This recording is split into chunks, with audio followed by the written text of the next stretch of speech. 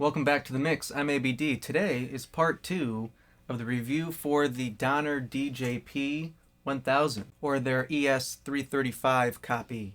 And this is in black. If you missed part 1, you can find it right here. I did the unboxing for the guitar. It came with a gig bag, which is very nice.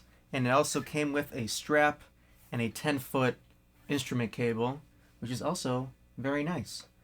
Firstly, we can go over some specs for the guitar. It is a maple body and a maple neck. On the website, they have a little graphic and it says neck through construction. And what they mean by that is the neck is connected to the center block. There's a center block of maple in the middle here. That makes the difference between a hollow body guitar and a semi-hollow body guitar. In this case, it's a semi-hollow body guitar because it does have a center block, and what that does is it kind of keeps it from reverberating too much inside the cavity of the guitar, which helps it in turn not feed back as much, because one of the problems that you run into with hollow body guitars and even sometimes semi-hollow body guitars is you get more feedback because the sound is bouncing around in that giant hollow cavity, kind of like an acoustic. There's a reason why acoustic guitars don't have pickups in the same way that electric guitars do and don't reverberate in the same way that an electric guitar does. The neck is rosewood and it is dyed a kind of brownish, darker color to make it look a little nicer. It has the 4-ply fancy binding around the whole instrument on the front and the back, and the binding on the neck is really well done. The frets actually feel really great. All the fretwork on the side feels really good. It gets a little, as usual, it gets a little sharper and less clean as you get up towards above the 12th fret, but the binding looks really great. There's no tooling marks that you can see unless they are under the finish. All of the side inlays look great, and one of the most impressive things about this guitar is the nut here. The way that they installed it with the finish over it is really clean. It's cut really well. There's no bending of the strings out of tune when you play chords near the neck. The nut feels great. It's listed on the website as synthetic bone, but it almost looks like graphite, and it feels really good. It's a softer, lighter material. The truss rod cover is a simple rounded triangle shape, but it looks like Gibson style with the black, white, black 3-ply construction that it has. It has Grover kind of esque tuners, but they have the flat backs with a little plastic that I have to take off. All of the binding looks really good and clean, except for this corner. The headstock is a little sloppy. It looks like they cut this piece a little too long, so it doesn't line up perfectly with this corner with the top. It's really just a little tiny visual thing. It doesn't make a huge difference, but you do see it if you look closely. The Donner logo, I think, looks really nice. And the Jazz, it's written this way, in cursive, I think also looks nice. The headstock, one of the things I don't like, maybe you will, but the headstock, to me, is a little too small. It's a really big bodied guitar. These hollow body guitars are big, with the F-holes and all that stuff. The headstock is not really trying to copy Gibson. If it was, it would come out this way and it would kind of arch in like that. But they're doing their own thing, but it's a very small headstock, which I don't know if I love in comparison to the size of the guitar. I feel like it might be a little small for the body. But the fretboard is a little different than Gibson. It's a 15.75, almost 16-inch radius on the neck, so it's very flat, and it does feel good. The frets are nickel. They're not stainless steel, but they're medium jumbo. They're medium jumbo frets. The scale length is the same as Gibson. It's 24.75, which is shorter than Fender, or the 25.5-inch scale length that other guitars use. This is copying Gibson because it is a ES-type guitar, and it's a 3-ply pickguard. It looks good. It feels pretty sturdy. The switch feels good. It's a little kind of loose. It has the black speed knobs, which the 2 volume are push-pull to split both humbuckers. Another negative about the guitar is the bridge. A lot of the times on these cheaper Far East made guitars, the bridge, the saddles will have a little bit of play in them, or the spring will be a little wonky or cheap, and when you really exert pressure on the string or force on the string to pluck it, you can get bad vibrations and kind of sitar type stuff going on in the bridge, which is not ideal. So that would probably need to be replaced. And the biggest thing is the pickups came with tarnishing on them. I don't know if they were shipped in the cold weather and that has something to do with it, condensation getting in between the little plastic protector, because it did have that little sticker on both of them to keep it protected. But when I took it off, they were kind of tarnished, and I tried to clean it off with some guitar polish and that didn't work. So maybe I need a special type of cleaner, but it's not ideal. It does not look good at all. I'll show a close-up of that. And the guitar weighs 7.4 pounds, so it's light. It's maybe a little heavier than I would prefer. It's still a light guitar, but it feels significant in your hands. It has the 3+3 machine heads which do feel good. They seem to stay in tune decently well. They feel a little cheap and there's a little play in them, but I really haven't had much issue with tuning stability. But like I said, that really flat fingerboard radius really kind of influences the way that this plays. You don't have to exert as much force when you want to bend, and it just feels really good to play up and down the neck.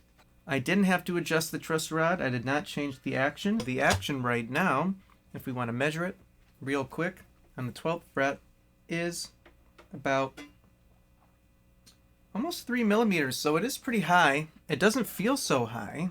It really doesn't feel that high when you're playing it, but it is kind of high. It is kind of high action. There's an example of it acoustically. It needs to be tuned up, but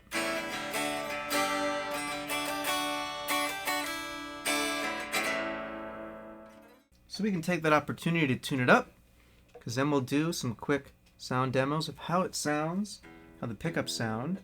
You can hear that buzzing from the bridge on the A there is not great. Yeah, the machine heads don't feel amazing. The whole guitar feels, it feels like a Far East made guitar, like a made in China sort of guitar.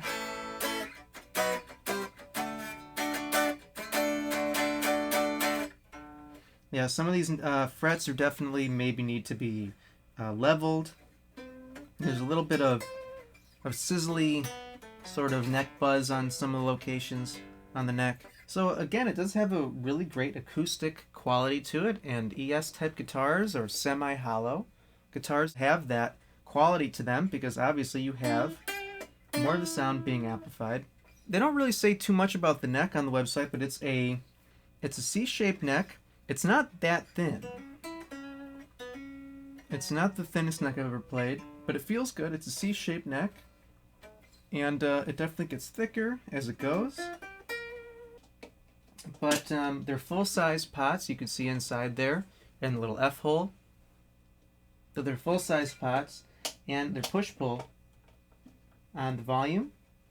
And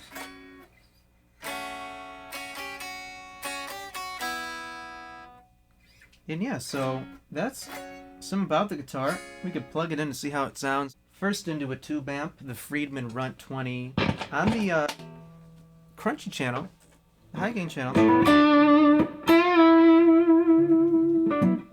We don't have any pedals on, but we do have some reverb in the post of the amp.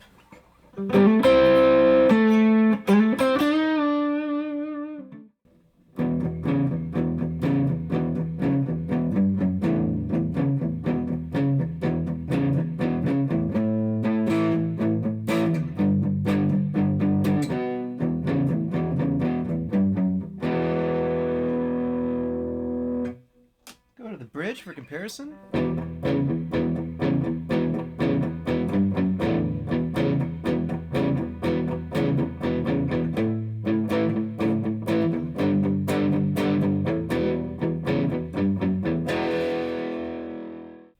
yeah, so they sound good, the pickups.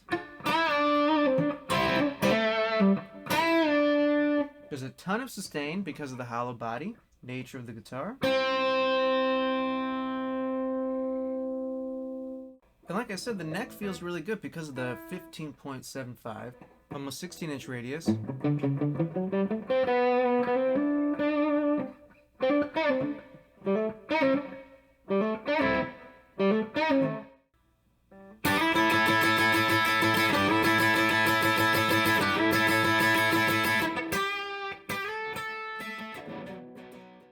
So there's a number of musicians that play famously ES-style guitars. This is in the style of an ES-335.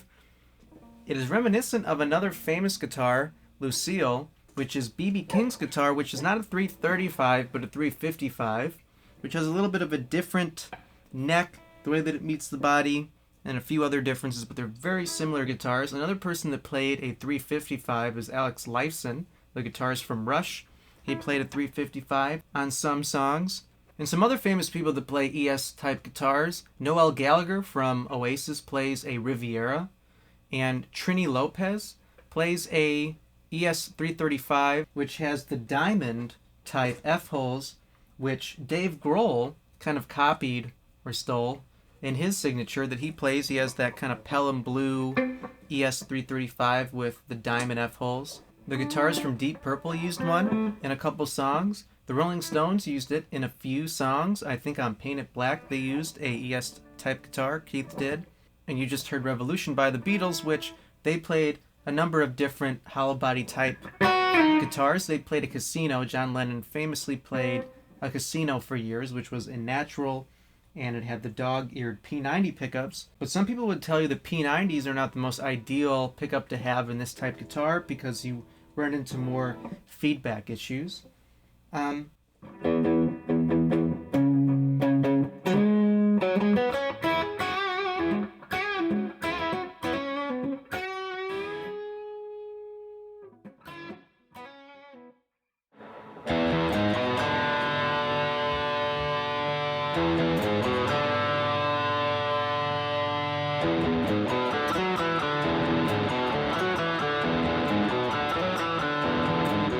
Pretty woman, walking down the street. Pretty woman, kinda like to meet. Pretty woman, no, I don't believe you, you're not the truth. No one can look as good as you. Mercy, pretty woman, won't you pardon me? Pretty woman, couldn't help to see. You look so lovely as can be. Now you're lonely just like me. Pretty woman, stop a while.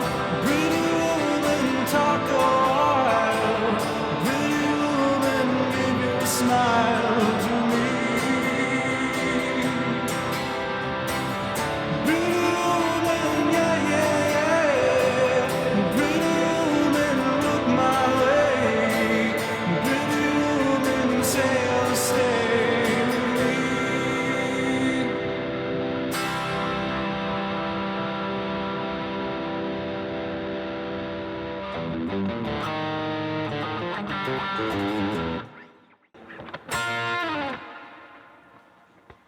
So that was through Neural DSP's Corey Wong's plugin.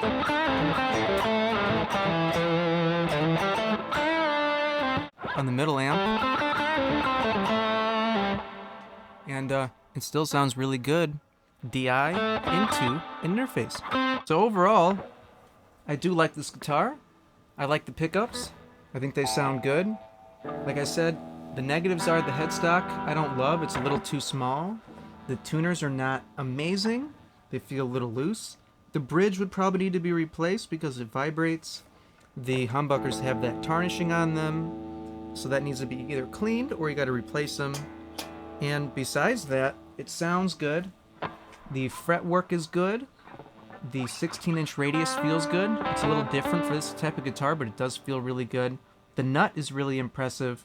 and the setup was really great from the factory. It came with a gig bag and a strap and an instrument cable, and those are really nice to include for, especially for someone that might be getting this, might be more of an intro beginner player.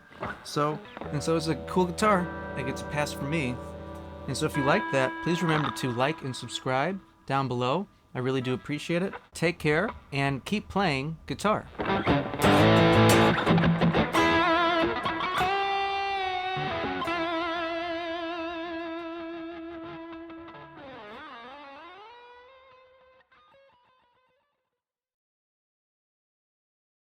Oh, one more thing. I forgot another famous guitarist that plays a 335 or ES style guitar, and that's Chuck Berry.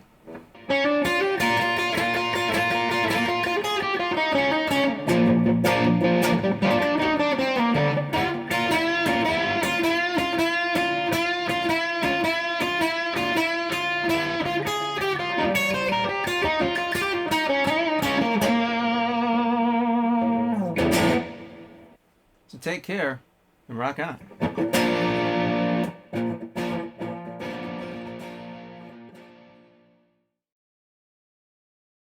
Noah Gallagher from Oasis plays a Riviera